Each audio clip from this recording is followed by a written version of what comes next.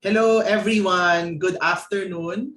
My name is John Baluyot and I am your host today for our free webinar session entitled Leading Through Hardships and Utilizing Servant Leadership Strategies for NGOs. So I see a lot of very common names in the participants tab. There are now 148 people in the room. Could you please say hi in the chat box so that I know that you're there? And please also, if you're working for an NGO, kindly indicate which NGO you are from. And if you're not working from an NGO, maybe you can just share with us which organization you're from and also where you're also calling from. Ayan, magandang hapon sa inyong lahat. Ang dami, my gosh. Oh, good afternoon. Grabe, sobrang wagi. Good afternoon, Mary Jane, Tubo, Mary Grace, Mahelita. Ayan, good afternoon. Gandang hapon sa inyong lahat. Can servants from Batangas. Hello, Isabel. Welcome. Welcome to the call. From Provincial Information Office of Cavite. So Gina is here. Pasereles, Numerics. Hi, Jean. Welcome. Welcome you and your organization. I hope there are others also from your org who's here. Cavite Arnulfo Cliencia. Oh my God. We have also someone from World Vision. Hello, Carlos. Nice to meet you here. Provincial Accounting Office. From Tagum City, Don Carlos Cavina Foundation, Las Piñas. Oh my God, this is so heartwarming. Hospital ng Muntinlupa.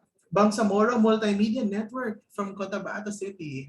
Oh my God, Georgie and Jen, you must be happy seeing some of these organizations here with us today. Jean Humilia, hello from Mahintana. Right? From Vilma Humilia from Mahintana, I remember. Bulacan Polytechnic, hello.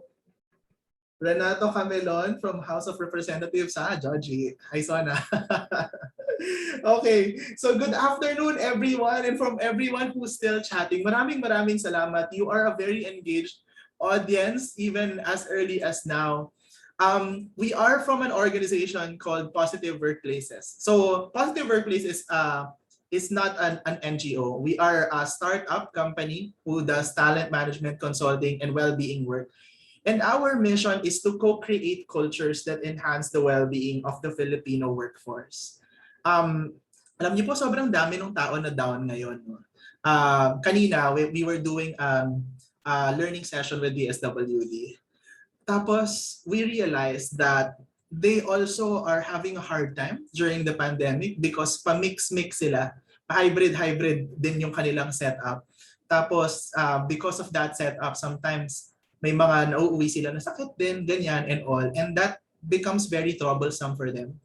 And for a lot of us who are still experiencing the isolation and the impact of the pandemic, it can impact our well-being also very much. No?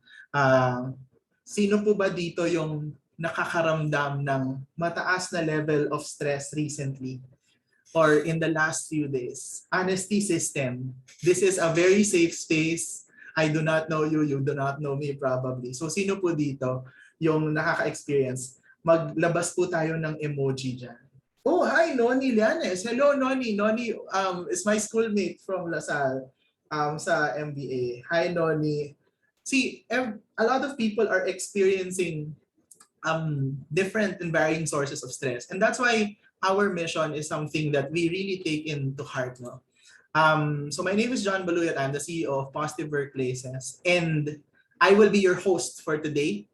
We have two very important guests that are very close to my heart because I've worked with them very recently in terms of their projects. So for Positive Workplaces, the way we help people's well-being is we help them to lead themselves first.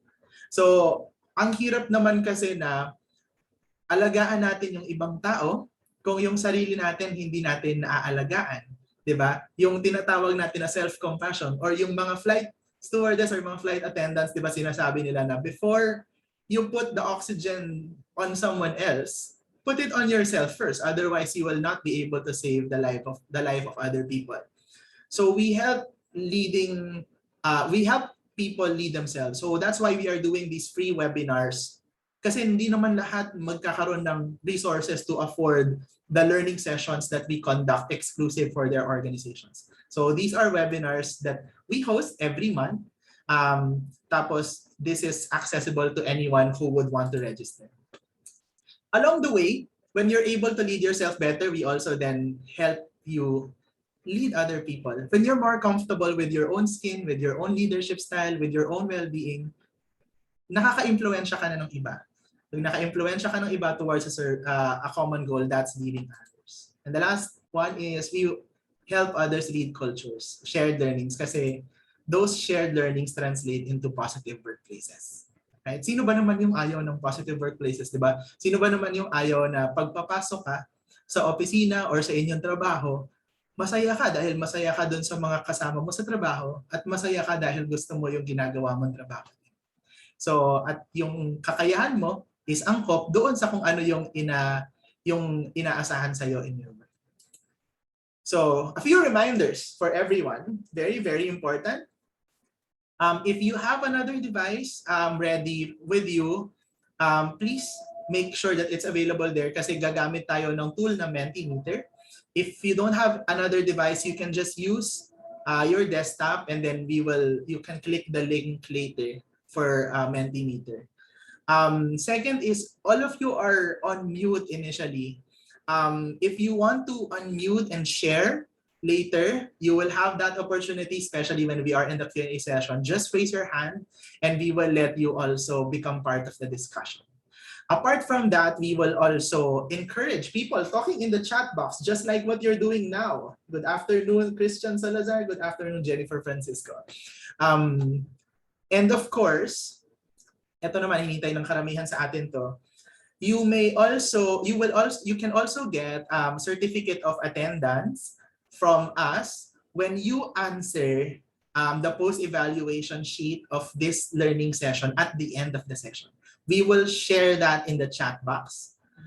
Please lang po kompleto yung inyong pangalan at pakitama po yung email address kasi po automatic po yung pag-generate ng certificate at sobrang lean po ng team namin, hindi po namin kaya na i-attendan lahat pag hindi nyo po nagawa yung certain task na yun. So please, full name, pakilagay doon sa inyong post-evaluation at yung tamang email address. And as soon as you finish, you will receive a certificate of attendance. All right. Okay. So thank you so much for that. Now let me introduce the sessions for September. So for September, we have 3 free webinars now. So we have this first one, which is Leading Through Hardships or Utilizing Servant Leadership Strategies for NGOs.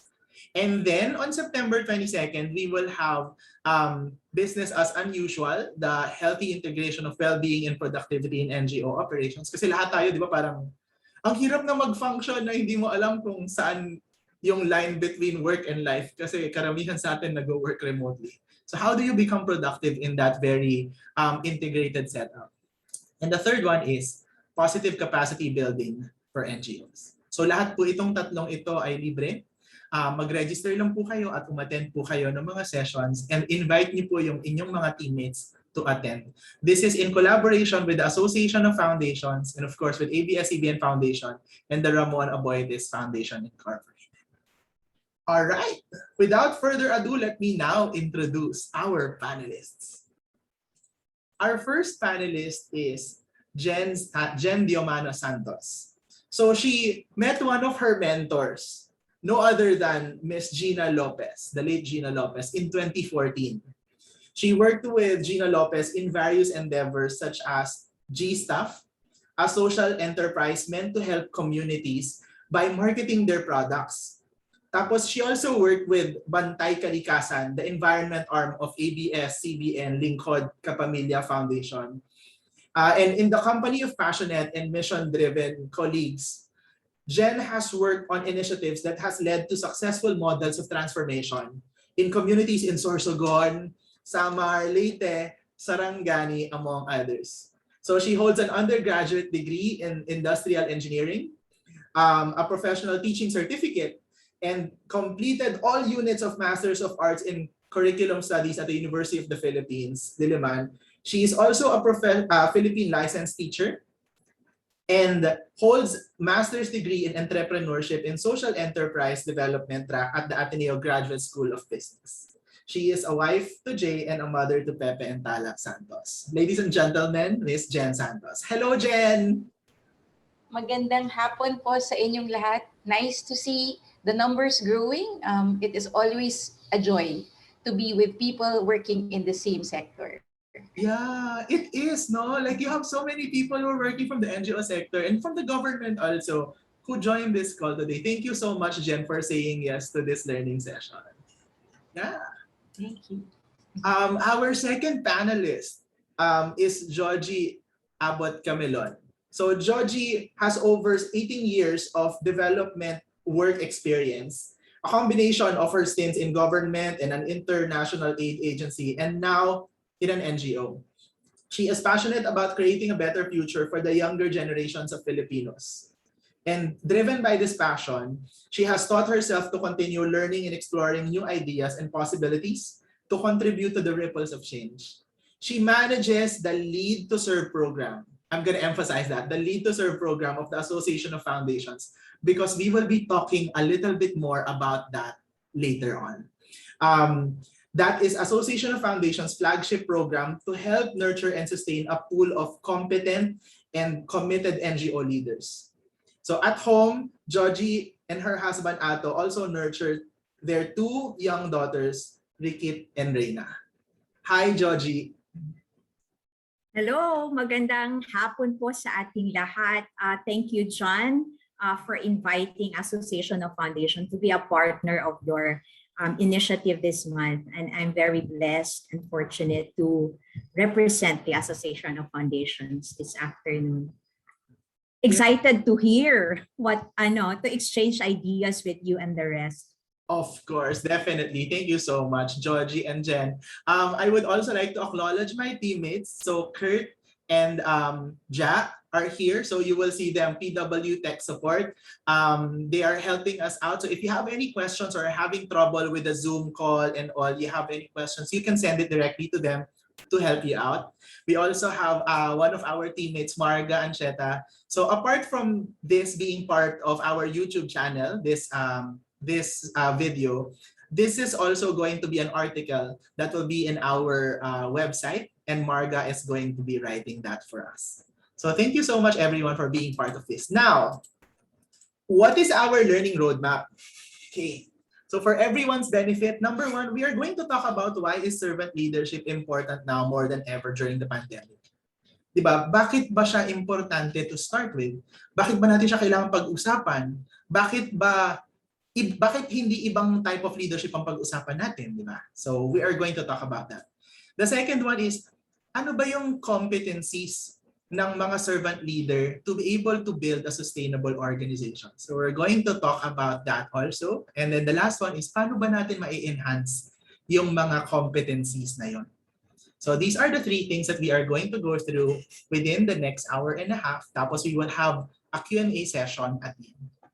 Now, one of the beautiful things about Positive Workplaces webinars is that it is a conversation with you. So we wanna have a conversation with the 200 people in the room, and we will do that using digital tools. I hope you are ready. So I wanna start with this question.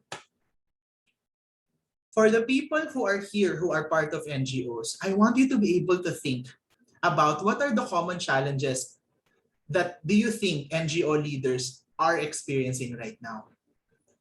Ano sa tingin niyo yung mga challenges na yun? And we are going to give you the opportunity to write that in Mentimeter. So you see in the link in the chat box, one of my teammates has shared that.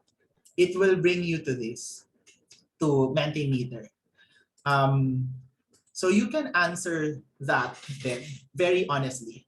The good thing about Mentimeter is it's anonymous. So kung ano yung thoughts nyo na gustong i-express, pwede nyo i-express without feeling afraid that you will be judged or that you will be identified with it. Ano sa tingin nyo? If you're not naman from NGO leaders, imagine nyo, you try to empathize with them. What do you think are the common challenges that they are experiencing right now? Right?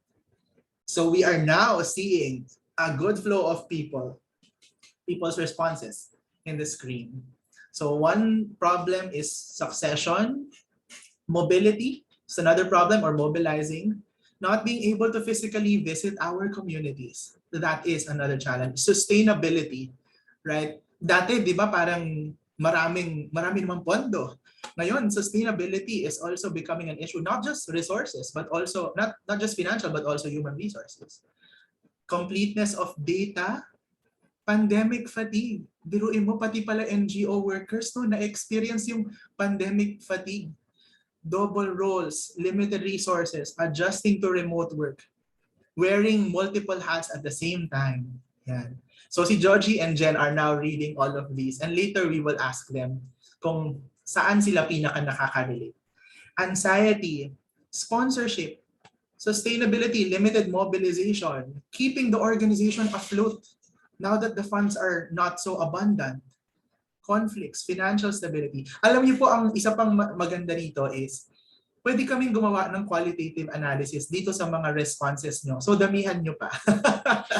The more responses you share with us, kasi you can answer as many as you can in the Mendy link. The more responses that you share with us, the more we can process this into more useful data that even Association of Foundation or ABS-CBN Foundation will be able to use eventually para lalong mapaigting yung serbisyo nila sa kanilang mga communities. At kayo rin, pwede namin i-share sa inyo through the article that Marga will write kung ano sa tingin nyo yung mga common challenges para makarelate tayo sa isa't isa. So now I would like to ask, siguro we can start with Jen. Jen, alin dito, saan ka dito pinaka nakaka-relate ng mga challenges? Nako, parang lahat totoong totoo at lahat ramdam na ramdam namin. Siguro from a management perspective, no, if I put on my management hat, nakikiisa po kami dun sa pakiramdam na ang hirap talaga ipag-usapan yung sustainability at this time. Siguro, yun, hindi na siguro ako mahihiya na mag-share na sa organisasyon ho namin, alam nyo naman siguro na very public naman din yung situation na dalawa talaga yung malaking dagok no, na naramdaman namin is really the pandemic. But even before that, last year, one of our most dependable and greatest partners, which is the ABS-CBN network, also is going through their own challenges. So that limited and continue to limit also the kind of resources that we are able to access. So malaking pagbabago po yun for us. That's one. Number two, it's also, which I also responded to in the Mentimeter, now we live really in a world where the needs of our primary stakeholders are also growing in complexity. Nagiging complex yung mundo. As they say, no, VUCA, no? May volatility, may uncertainty, may complications. No? So it's also that kasi at the end of it all, we all want to be able to hit our desired outcomes. And all our desired outcomes are for the primary stakeholders we long to serve. Right. So it's always a question of, are we doing it? Are we doing good the best way we can? Because doing good is no longer enough. You have to do good, but you have to do it well. Right. And it's so hard to do it, Jen, di ba? Like if you have limited resources, alam mo yung parang ang taas na nga ng expectation sa inyo ngayon, sa mga NGOs, di ba? To do a lot of things considering what's happening during the pandemic. Tapos konti pa yung resources ngayon kasi nadidistribute sa mas maraming pangangailangan ng mga tao. Tsaka yung mga dating sources ng funds, sila rin. They're struggling with funds themselves, no? So, correct. So that's also, sige, please, Jen, go ahead if you have. I was going to say din na parang, and it's not just, I guess, in the NGO sector, no? So we have people I see in the public sector as well, no? In the government sector, no?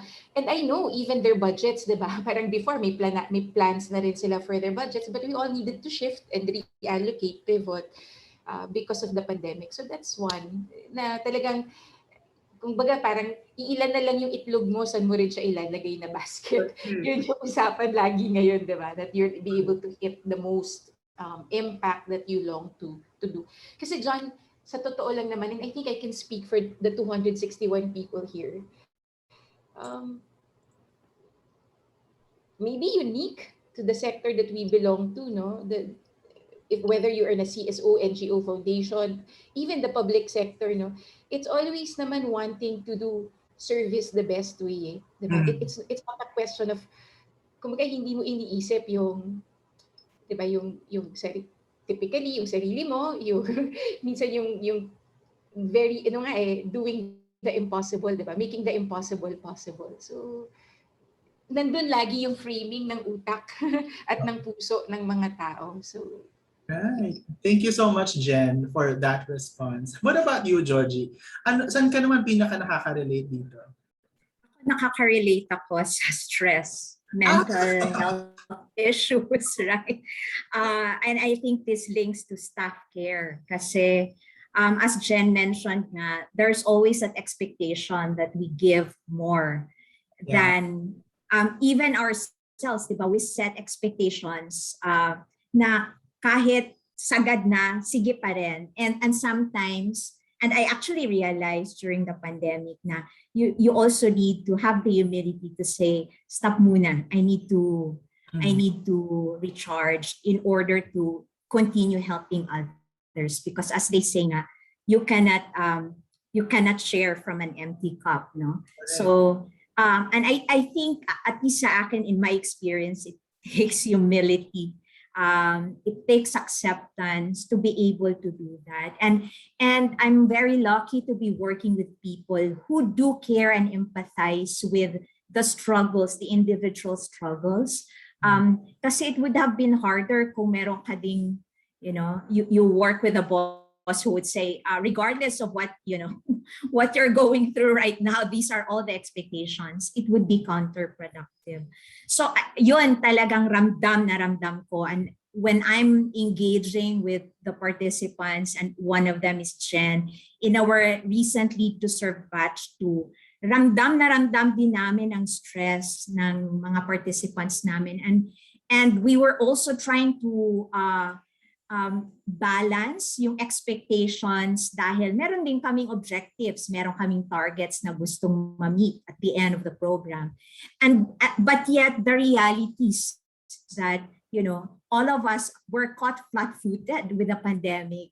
We were all struggling at various levels, individual level, sa families natin, may insecurities, sa work, we don't know what to do. Itong increasing demands and parang a different way of engaging, right? Because suddenly, from having to visit the communities every so often now, at a loss ka na, how do you engage with them? How do you connect with them? Because you don't have, the means. Wala, maybe you have internet, but the communities you're engaging, wala silang internet, and so it's adding to that stress. And additional work that you need to think about. Paano nga ba? We wanted to continue delivering, pero paano nga ba? So, and then I guess it also links to the directional shift. And yung may marami, if not, I think most siguro I can say that yung parang strategic plan nila. It didn't happen all of a sudden because all the assumptions were no longer valid. And so they were also quite at a loss. Ano na nga ba? Moving forward, I don't think it's business as usual. I don't think it's how we were doing things. Then we need to chart a new path. And again, that requires a lot, right? And so that adds up again to the stress. Yeah. Thank you, Georgie. So, Georgie, Mary Jeanette Tubo agreed with you, no? Like when you were talking about how important it is for us to take care of our teams. And ito rin, sabi ni Patricia, sabi niya, yes, I agree, Miss Georgie, it's never selfish to replenish. Ang ganda ng sinabi na to, no? It's never selfish to replenish. You can only pour out, you can never pour out of an empty cup, sabi mo nga, Georgie. So yeah, I think this is something that we can make good use out of. Like we will try to analyze these challenges para makita natin yung mga common na lumabas today. And thank you, Jen and Georgie, for empathizing also with our group. Kasi all of these are valid. All of these are unique, di ba? feelings, and some of them common feelings that people are feeling during the pandemic as NGO workers or as NGO leaders. So yeah, I guess let us now dive a little bit now into servant leadership. Para meron tayong common understanding of what exactly this type of leadership is. So according to Greenleaf, servant leadership is the natural choice to serve first by prioritizing and taking care of other people's needs. Diba? So, ibig sabihin, hindi kailangang pilitin. Natural inclination siya, natural choice or natural inclination to serve first. So, the idea behind servant leadership is prioritizing the good of their followers before their interests. And they have the special interest placed on assuring the growth and development of their followers as well. So yan ang ating mga ano. Nakaka-relate po ba ang ating audience dito sa definitions na to ng servant leadership? Na you prioritize the good of your followers, your community muna, even sometimes at your expense. Diba? Tayo ba yung nakaka-sabi ni Patricia? Yan, relate. Relate tayo dyan. So yun yung tinatawag na servant leadership styles. For NGOs, servant leaders in NGOs must also have an awareness of social responsibility and their motivation to serve. The importance of the community and the motivation to be able to be of service to others. Right? So now that you have, an idea, yan, ang dami nakaka-relate na God. So si Anna May, nakaka-relate dito sa definitions na to. Si Erica, nakaka-relate dito sa definitions na to. And that's very good kasi if you're able to relate to it, that means that it is your natural inclination. There are people whose motivations are naturally there to serve, di ba? Can you give us examples of that in the chat box? Sino yung mga na-imagine nyo na servant leaders na naturally inclined to serve? Sige, let's hear that out. Mother Teresa, ayan. Some people, ayan, tingnan mo, Mother Teresa. Some of them are showing. Jesus is an example of a servant leader. Okay. Well, you don't get to be wrong in your responses here because this is people's perception. Lenny, Vico, Bill Gates. So yeah, social workers, definitely. Social workers, public servants are servant leaders, right? Medical frontliners, health workers, those people who are willing to go the extra mile to ensure that the services are delivered. Diba? Even your Grab drivers, diba? These are like becoming servant leaders now considering how necessary they are. Teachers, volunteer workers, right? Okay. So let me now ask you this. And you can come back to Mentimeter for that. Why do you then think that servant leadership, based on the definition that we talked about kanina, why do you think servant leadership is very important now given the challenges that we just discussed? Diba we talked about the challenges at first. Sinabi natin there's limited resources, there's limited resources, there are issues when it comes to our well-being, the issues of isolation during the pandemic, we can't do our duties physically. So some of those are challenges that all of us are experiencing. Bakit sa tingin nyo mas importante yung servant leadership na yon? Now that we were able to discuss what servant leadership exactly is. Ayan. So you can answer again through Mentimeter. The link is in the chat box. All you have to do is to click and then talk to us again through your responses. Nakakatuwa ang mga sagot ng mga tao to encourage more people, especially through social media, to empathize with the needs of others and to respond to them more dutifully. This is another very important answer, no. There is a simple joy and fulfillment from within when you are able to serve others, diba? So that's a natural inclination for you, diba? When you are a servant leader. More people are in need. There are more people in need, especially now. More people are in need during the pandemic. To provide hope in spite of the despair. The servant leadership's purpose is to deliver the needs of others. More than ever, we need more patience and empathy now. Yan. Employees feel valued. The need is great more than ever. As leaders who have the means, the talents, and resources to help and make a difference, we need to do more because we can do more. To show compassion in action, to motivate others. Ang galing din ito. Ito naman, ang tenor is to inspire. 'Di ba? Hindi lang yung marami kasing kailangan ngayon. Ito naman is to be able to motivate and inspire others also to be of service. We need to uplift those who are down at this point. Very servant leaders talaga yung mga responses natin, no? Nakakatuwa. Kasi these are all coming from your hearts. Help others to cope despite the pandemic. Our communities and beneficiaries need us now more than ever. Nakakatuwa because we now have almost 300 people in the room. And pag nagbabasa kayo ng ganito, it's almost something like that you can read the whole day ng paulit-ulit because you can totally relate to what everyone is feeling. So, ayan. So, I would like to bring back the question to Jen and Georgie, and maybe we can start with Georgie this time. Georgie, sa mga answers dito, saan ka naman pinaka nakaka-relate on why do you think servant leadership is more important now than ever? I think yung sa empathy, motivation, or empowering and enabling. Kasi at these days, talagang we need to empathize with each other. Someone should be able to go to the basic na kaya tayo nandito sa larangang ito, sa industriyang ito, dahil gusto nating magserbisyo. Sometimes kasi, we are driven so much with yung the targets and all that,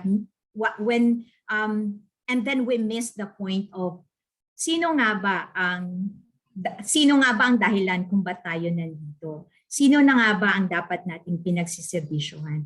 And so it takes empathy to be able to understand paano nagbago ang mga pangangailangan ng mga tao given the pandemic. And the challenge there is even oneself, there is difficulty articulating ano na nga ba ang pangangailangan ko ngayon? Like, it took me a while to understand and to come into terms with my feeling, what is in my mind, what I was feeling at the start of the pandemic, and what I need to do.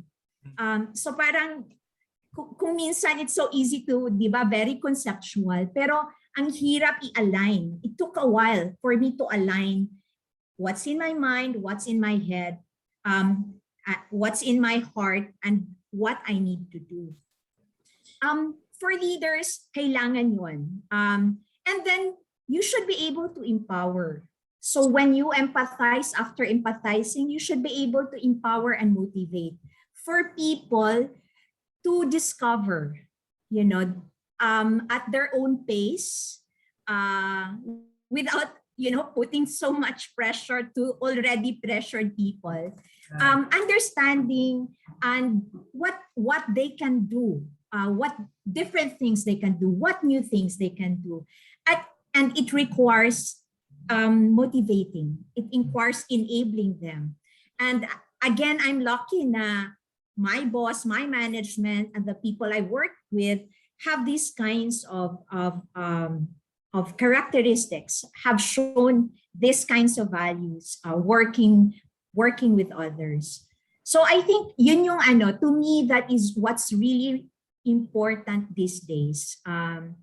More than anything, it's really empathizing, which I have to admit may mga tao gifted talaga to empathize. It takes time, and maybe that's one thing that I learned in this pandemic. If you look at the positive side of it, it really taught me how to empathize, to just take a moment and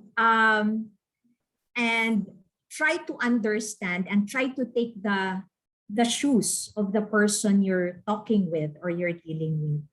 And then from there, I think things will fall into place. Well, at least that's how I've experienced in the program that I was managing. Pero yun, let's not lose sight of why we are in this business. It's really about helping people. Right. Thank you, Georgie. So Mary here said, since we are all coping, at one point we forgot what our needs are or what our goals are. And di ba, like that was what you were sharing kanina. Sometimes even on a personal level, NGO leaders get to experience that confusion and misalignment. Dahil nga hindi naman lahat ready doon sa pandemic din eh. Actually, sobrang konti ng tao na ready doon sa pandemic. So in that case, kailangan din natin mag-refresh, kailangan rin natin mag-reflect, di ba? Where that alignment is. What about you, Jen? Saan naman dito pinaka nakaka-relate? Saang answer ka nakaka-relate dito? Doon sa mga sagot siguro na nagsasabi na dahil lahat tayo konektado. Bakit kailangan ng servant leadership sa panahon na to? Kasi sa totoong buhay at sa pag tiningnan mo from a macro or a micro level, dapat matuto talaga tayong, importante talagang yung pakikiisa. Because lahat tayo iisa lang eh. 'Di ba? Parang at the end of it all, isa lang yung mundong ginagalawan natin. Isa lang yung, if we don't have the shared humanity, no matter what you do, and what you will do will have an effect on another person and another person's life. No? So if you don't have that and you don't share in their experiences, which is what a servant leader is, di ba? Na parang meron siyang, the servant leader opens himself and herself to those to the needs of others. He allows himself to become vulnerable. So it is in that vulnerability that you also get to feel and understand and connect and truly connect, di ba? Doon nangyayari yung pakikiisa eh. Yung katulad ng sinabi ni Georgie, binubuksan mo yung sarili mo para maintindihan mo, malaman mo, maramdaman mo yung nararamdaman ng iba. So, sabi nga nila, no, we talk about social distancing, pero sa totoo lang, it's just really physical distancing, but socially we need to be connected. Yeah. And the kind of social connections we need to do are the ones that are beneficial, not the ones that are destructive, not the one that put and bring people down. Dami rin, I guess some of the additional stress that we feel is, yung nga, no, yung sometimes we hear things, no? We hear a lot of news, or we hear in our own spheres of influence, people who end up talking negatively of others. And that brings people down. So parang para sa akin, in this time that we're all feeling this way, parang that's the last thing we should do. We need to help bring and lift each other up. Lift each other up. And if it's the only thing we can do for another human being, I think that's way more than enough.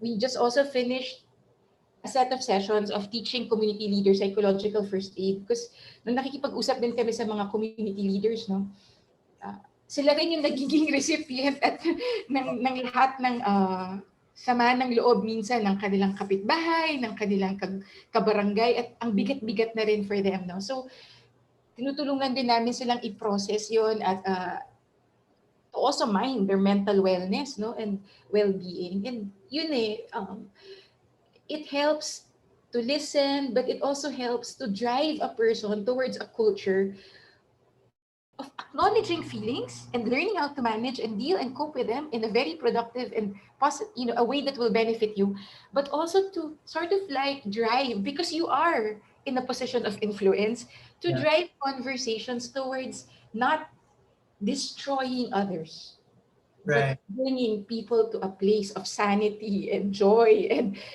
meron din ako narinig kanina na word more, because I think if you dive deeper, there is more. No? And more doesn't mean longer hours of work. More doesn't mean putting yourself out there all the more. No? Sometimes more means just going back to the basic and just being a human, another human being for another human being. Right. I really love your point on positive connections. Kasi like you mentioned na it's not really social distancing, it's physical distancing, yes, pero like we have to be more socially connected kasi all the more reason that we're needed kasi everyone is connected right now with all of the sufferings and with all of the hardships. And there are two, I think, like very interesting comments here. Like Jennifer said na the current situations we are in is really challenging and we all need to have a support group. that will help us cope with the struggles and challenges that we are facing. That's one of the reasons, for instance, like why organizations like the Association of Foundation and their network, diba, is helping out other organizations. So si Georgie is part of that group. Tapos they help other NGOs. They help other NGOs. So if you want to reach out to Georgie about that, diba, about that very important support group of foundations, please do. Kasi I think you will really benefit so much from the help in the same way that Jen was able to benefit from it when she was part of that whole Lead to Serve program. Another point raised by Patricia naman is, it's as if we were all redirected to a different path. Tapos yung path na yon doesn't even exist. Galing nung no, galing nung metaphor. Walang alam how to go through it. So talagang walking hand in hand tayong lahat. We are all adapting to this paradigm shift. That is a very succinct way of saying it, Patricia. Thank you so much for putting that in the chat box. John, can I have a build on that? Yes, please go ahead. Actually, napakagandang parang picture yun. Na parang you're thrust onto something that is entirely new. You don't know where to go. And I think being with others and feeling the comfort of others gives you the strength to continue. Kahit walang path, right? But parang, yeah, okay, we're in this together. And I think ang gusto ko sigurong i-add to that is as we've been talking, Association of Foundation has been talking with a lot of our stakeholders. One of the recurring, it never miss, the recurring theme is collaboration, partnership. And I know that has been a word, right? That has been a big word we've been using for a while. But this time, I think it takes a different shape. It takes a different. There's a different expectation when we talk about collaboration. Parang it's not just about putting in resources, right? It's about really doing, working together. And I think as a servant leader, kailangan talagang magawa na yung inaasam-asam natin na totoong collaboration at partnership. Right. Kasi it comes in different forms, right? But I think this time we can only fight the challenges that are lying ahead of us if we really come together and truthfully and with all sincerity work together and collaborate. And it's a challenge kasi meron tayong kanya-kanyang biases. May mga baggages tayong dinadala. Meron tayong mga quirks, right? But that's what it would take now. We need to set aside yung mga personal biases natin for the greater good. Kasi otherwise, I don't think we have the luxury of time and resources na wag tayong magkaisa to be able to I don't think without you being united and truly collaborating, we can really fight or address the challenges that I know that's unclear, uncertain, shifting, unknown, right? So yun, I think yun yung I love the way that yung picture na sinabi nun sa chat kanina. It's very striking. Yeah, and I like on your point of collaboration, Jen. Like I think this should serve as an inspiration to a lot of people. That not all collaborations are difficult. Like for example, this, like you and Jen being here, this is a collaboration. We have 3 sets of webinars, and then we have almost 300 people in the room trying to listen and learn from us. Diba? Tapos sobrang konti naman nung tinitake na to na resources and time from us, and then there are a lot of people benefiting from it. Diba? It can be simple things like that that can also already count as collaboration. Who knows what else? Diba? Who knows what else? So yeah, thank you so much, Georgie and Jen, for that. Now, we're going to dig in deeper into leadership for NGOs. So kasi ang sabi, the reason why it's important for servant leaders for servant leadership to be there in NGOs is because we need to provide care or service, di ba? That's who we are. We are a service organization. And that sense of altruism becomes a natural inclination for that leadership style. Hindi mo pinipilit yun eh. Pag part ka ng NGO at servant leader ka, hindi mo kailangan ipilit. Hindi yan yung parang, di ba may mga transformative na mga leaders na non-servant na sila yung gumagawa ng mga bagay, for example, your Google, ganyan, o kaya your Spotify, di ba? They transform and disrupt the way things are, and they earn so much money from it. They're very competitive people. They're transformative leaders. Servant leadership are different. Servant leaders, they really care for the communities first before anything else. So it creates positive impact and community building and also is parang it's a melting pot for developing people.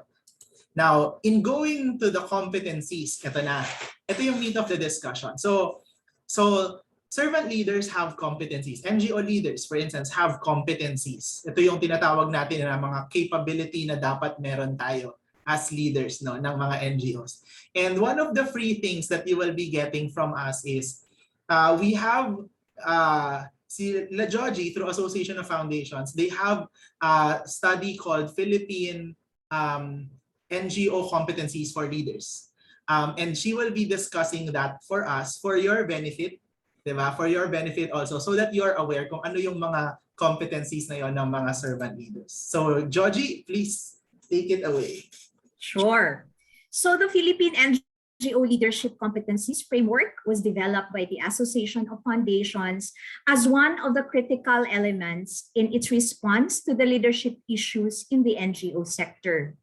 For those who have not heard about Association of Foundations, we have been around for almost 50 years. Mag-50 po kami next year. We are the largest network of NGOs and foundations in the Philippines. Our mission is to enhance our members' capacities and mobilize them to shape and participate in the development agenda. The leaders empowered and dedicated to serve through the NGO sector, or the Lead to Serve, was our response to the leadership issues of the NGO sector in the Philippines. Lead to Serve was designed based on a study we conducted in 2017. Which showed that 65% of the NGO executive directors are planning to leave in 5 years, but 55% of the NGOs are not yet ready. To help address the leadership issues, Lead to Serve aims to nurture and sustain a pool of competent and committed NGO leaders by providing support at 3 levels. So at the first level is the individual level. These are competency-based capacity building support. The Philippine NGO Leadership Competencies Framework that John just mentioned becomes the anchor of the Lead to Serve capacity building activities that we provide. At the institutional level, our action plans and mentoring to assist participants establish better systems and processes in their organizations.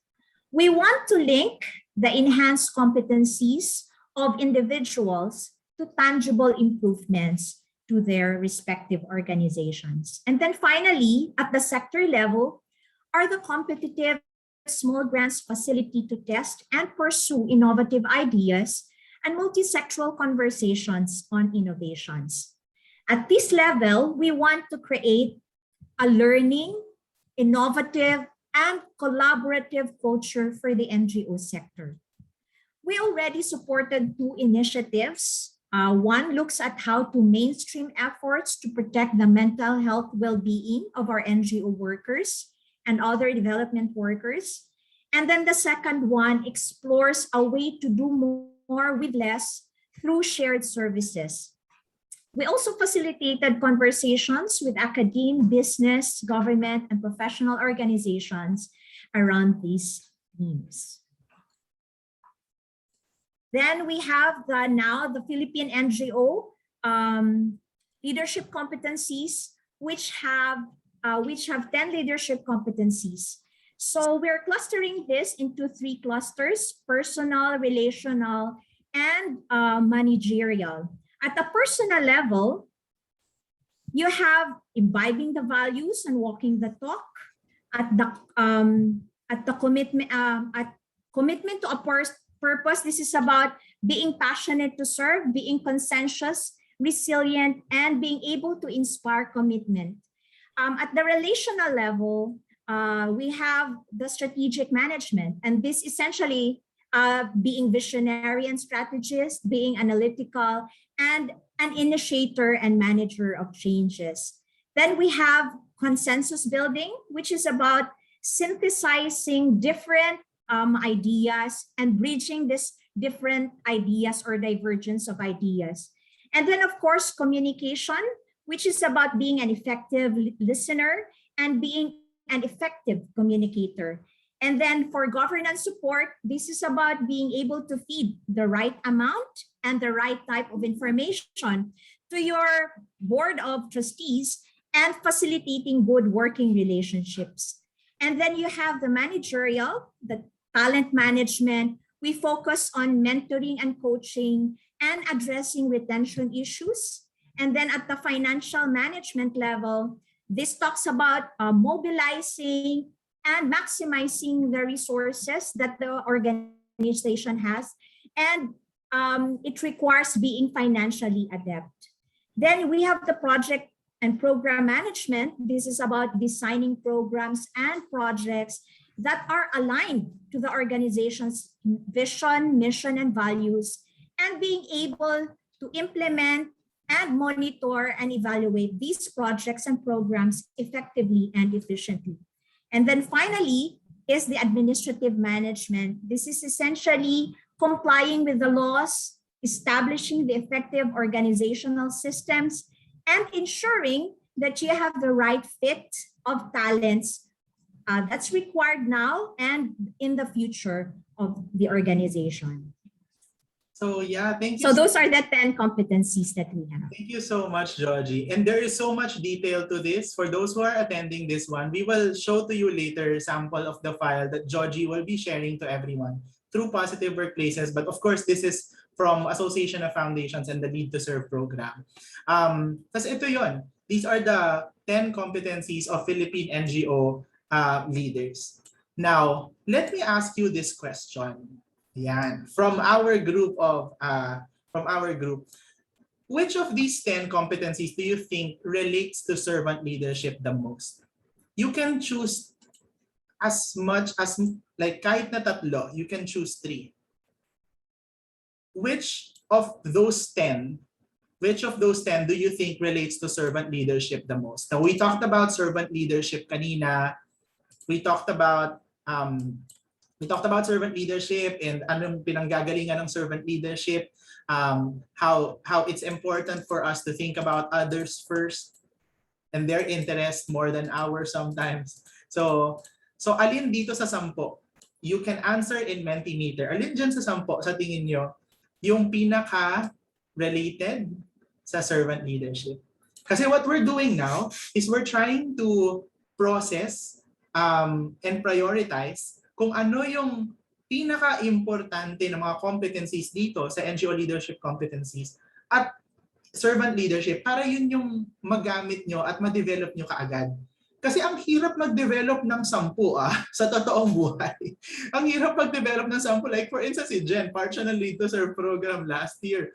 And these are the 10 that are being developed. It took a year, di ba? And even then, it's still a journey. More than a year, and even then it's still a journey for a lot of leaders. So ano sa tingin nyo yung 3 na competence? Hindi naman to quiz, pero ano sa tingin nyo yung 3 competencies here that are most related to servant leadership? So let's now see kung ano yung mga sagot ng mga tao. Ayan, okay. So we're seeing some responses. So Noni said in the chat box, consensus building. Like they say in Filipino culture, sa 10 attendees, 11 ang opinion. Gusto ko yan. Gusto ko yung sinabi mo dyan, Donnie. Tama, Pinoy na Pinoy yan. Pinoy na Pinoy. Sa 10 attendees, 11 ang opinion. So these are the responses of our people. No? So we can see commitment to purpose is getting there. Yung isa yung pinakamataas so far. Medyo sumusunod yung integrity. This one for Tapos communication yung pangatlo. Yeah, these are very good. I mean, there are now like almost 50 people who have responded with their choices, and magagamit natin to. Kasi what we're going to present next, so surprise namin kayo. So the team, the research and development team of Positive Workplaces, led by si Kurt. Si Kurt is one of the people now in this room. Tapos Marga is also part of that team. So the research and development team of Positive Workplaces, we studied the references of servant leadership from Kim Cameron and from Coatzer. Tapos relate namin siya dun sa top 10 Filipino NGOs na diniscuss ni Georgie. At papakita namin sa inyo kung ano yung lumabas na 3 intersections. So ngayon ha, alalahanin niyo to. Get a screenshot of this. Get a screenshot of this para meron kayong ano mamaya. So you have commitment to purpose, integrity, and communication as the highest ones. And then ang mga sunod na would be strategic management, consensus building, and then the others are almost equal to 7 and 6. Okay.